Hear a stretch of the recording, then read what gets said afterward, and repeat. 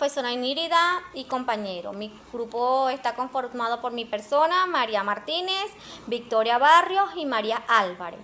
Vamos a hablar sobre la socialización del derecho civil y las obligaciones de las novaciones. Para entrar sobre el tema, le voy a hablar sobre cuáles son las novaciones, generalidades, clases, requisitos y efectos. ¿Cuáles son las novaciones? Según Olimpiano, la novación es la transfusión y traslación de un débito anterior a una obligación o civil natural. Estos tipos es cuando en virtud es una causa precedente que se contribuye a una nueva que se extingue por primera vez. Por ejemplo, es cuando reemplazamos una deuda vieja por una nueva. ¿Cuáles son las generalidades? Cuando hablamos sobre las generalidades, hablamos sobre los principios generales del derecho. Son el origen o los fundamentos, normas que participan las ideas principales, que otorgan en la parte de los derechos sus fundamentos al respeto de las personas y la naturaleza misma por las cosas. ¿Cuáles son sus causas? Las causas están divididas por dos, subjetiva y objetiva. ¿Cuáles son las subjetivas? Las subjetivas son cuando se subdivide una activa o del creador pasivo o del deudor. Objetiva. La novación subjetiva es cuando se cambia un deudor. Ocurre cuando un nuevo deudor contribuye anterior dejando al creador de una deuda original libre de sus obligaciones. ¿Cuáles son esos requisitos? Los requisitos persisten de una obligación, crea de una nueva obligación, condiciona una novación y voluntad de un interés denovador. ¿Cuáles son esos efectos? La doctrina estudia los efectos de la novación desde el punto de vista general, desde un punto de vista particular según los diversos tipos de innovaciones. Cambiamos de tema. Hablamos sobre la delegación generales, clases, requisitos, efectos y diferencias entre otras figuras. La delegación. En términos simples, la delegación es una innovación en un mecanismo jurídico donde un deudor original, deuda primitiva, transfiere su deuda a un tercero, nuevo deudor, con el consentimiento del creador. Esto implica la extinción de una deuda original y la creación de una nueva obligación entre el acreedor y el deudor. ¿Cuáles son esas clases? Esas clases están la delegación administrativa, delegación de deuda, delegación legislativa, delegación de función y delegación de firma. Esas son las clases. ¿Cuáles son las generalidades? Son un conjunto de normas de carácter general común que regulan la relación jurídica de los particulares entre sí, protegiendo a la persona o en sí misma a su interés, tanto al deudor patrimonial como el moral. ¿Cuáles son esos efectos? Los efectos mediante el cual las personas delegan, transfiere a un delegador o una obligación, paga una deuda a un tercero.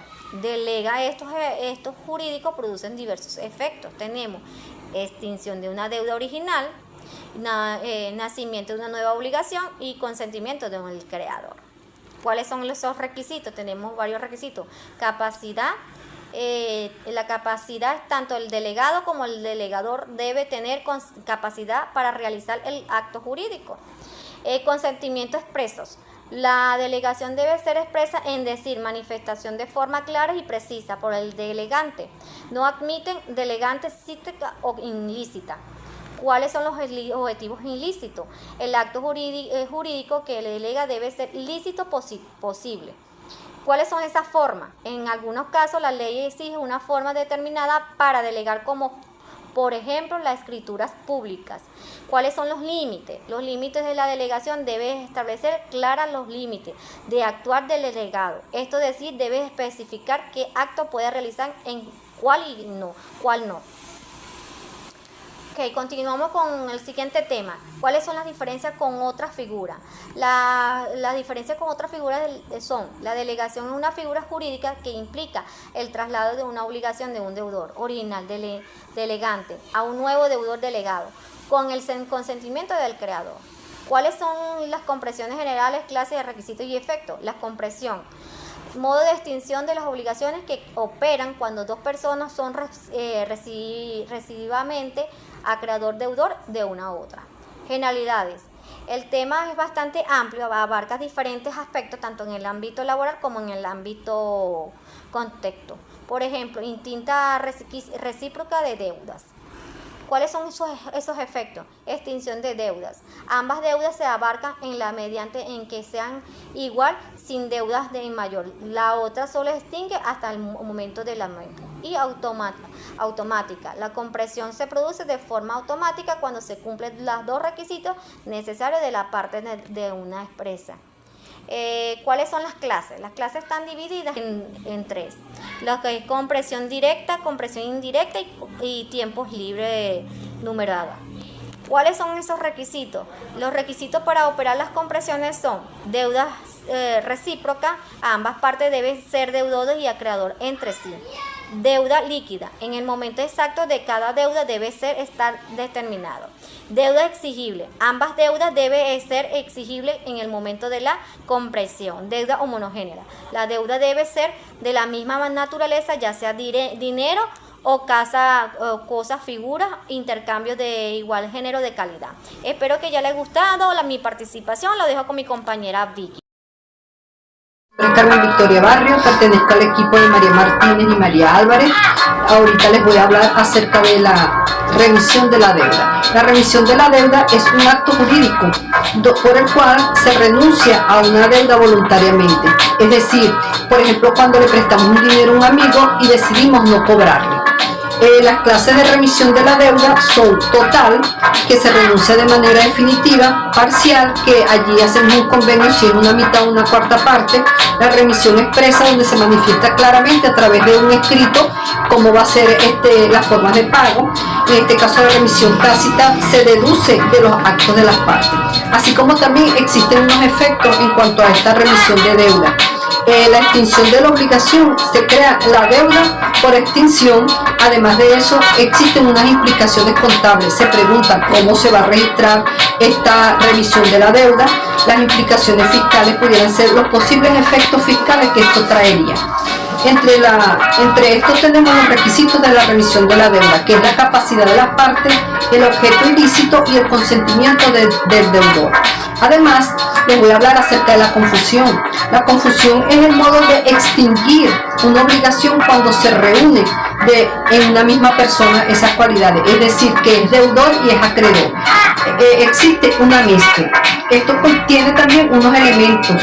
Existe la obligación preexistente, además la reunión de las mismas, como ya les dije anteriormente, en una misma persona las cualidades tanto de acreedor como de deudor, la relación de las deudas de crédito que confunden.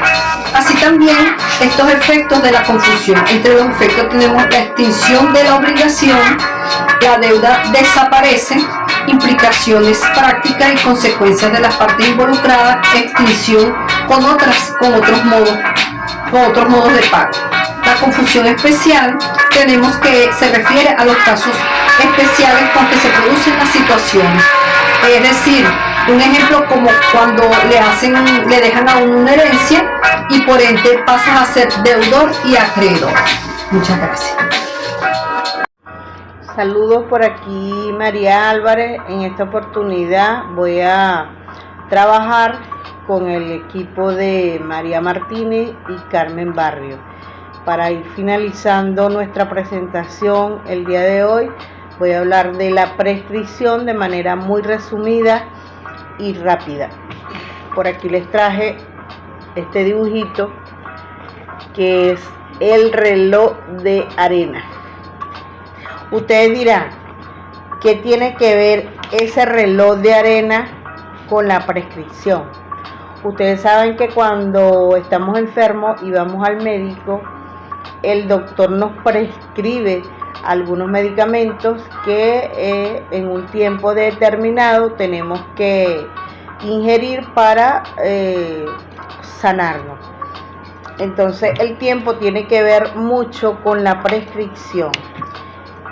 ¿Qué es la prescripción? La prescripción, en términos simples, es un mecanismo legal que establece límites temporales para ejercer ciertos derechos o acciones.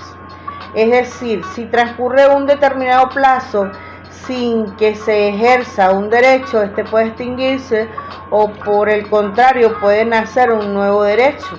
¿Por qué es importante la prescripción? La prescripción es importante por diversas funciones en el ordenamiento jurídico. La seguridad jurídica evita que se presenten reclamos indefinidos en el tiempo, brindando certeza a las relaciones jurídicas. La paz social promueve la conciliación y evita conflictos prolongados al establecer plazos para resolver las controversias. En el caso del orden público, facilita la administración de justicia al evitar la acumulación de casos antiguos y complejos. En resumen, la prescripción es un instrumento jurídico fundamental que garantiza la seguridad jurídica y la paz social. Su aplicación en las diversas ramas del derecho es esencial para resolver conflictos de manera eficiente y justa. Continuamos. Clases de prescripción. La prescripción adquisitiva es un modo de adquirir la propiedad o un derecho real sobre un bien por el transcurso del tiempo. Y la prescripción extintiva es la pérdida de un derecho por el transcurso del tiempo, sin que se haya ejercido, es decir, si una persona tiene un derecho y no ejercita dentro del plazo establecido por la ley, lo pierde. Fundamento de la prescripción. Política legislativa. Proteger los derechos adquiridos al fijar plazos razonables para la adquisición de derechos por usucapión. Se protege la seguridad jurídica de quienes poseen bienes de buena fe. Condiciones de la prescripción. La prescripción tiene una capacidad, la capacidad de las partes para que opere la prescripción, tanto el que pretende adquirir el derecho por prescripción usucapiente como aquel contra quien se prescribe, o sea, el dueño, deben tener capacidad jurídica para adquirir y enajenar bienes. Capacidad de actuar. Además de la capacidad jurídica, se requiere capacidad de obrar, es decir, la actitud para realizar actos jurídicos por sí mismos. Prescripción de las acciones personales. La prescripción de las acciones personales vienen a dar lugar por los plazos generales y los plazos específicos. Los plazos generales serían como 5 años. En muchos ordenamientos jurídicos el plazo general para las acciones personales es de 5 años desde que se pudo exigir el cumplimiento de la obligación, y los plazos específicos, acciones mercantiles, suelen tener plazos más cortos. Prescripción breve. La prescripción breve viene a ser, es un tipo de prescripción extintiva, caracterizada por plazos más reducidos en comparación con la prescripción ordinaria. Renuncia de la prescripción. La posibilidad de renuncia. La renuncia a la prescripción es la manifestación de voluntad por parte de una persona de no hacer valer el derecho que le asiste para oponer la prescripción a una acción ejercida en su contra, es decir, renuncia a la posibilidad de alegar que ha transcurrido el plazo establecido por la ley para ejercer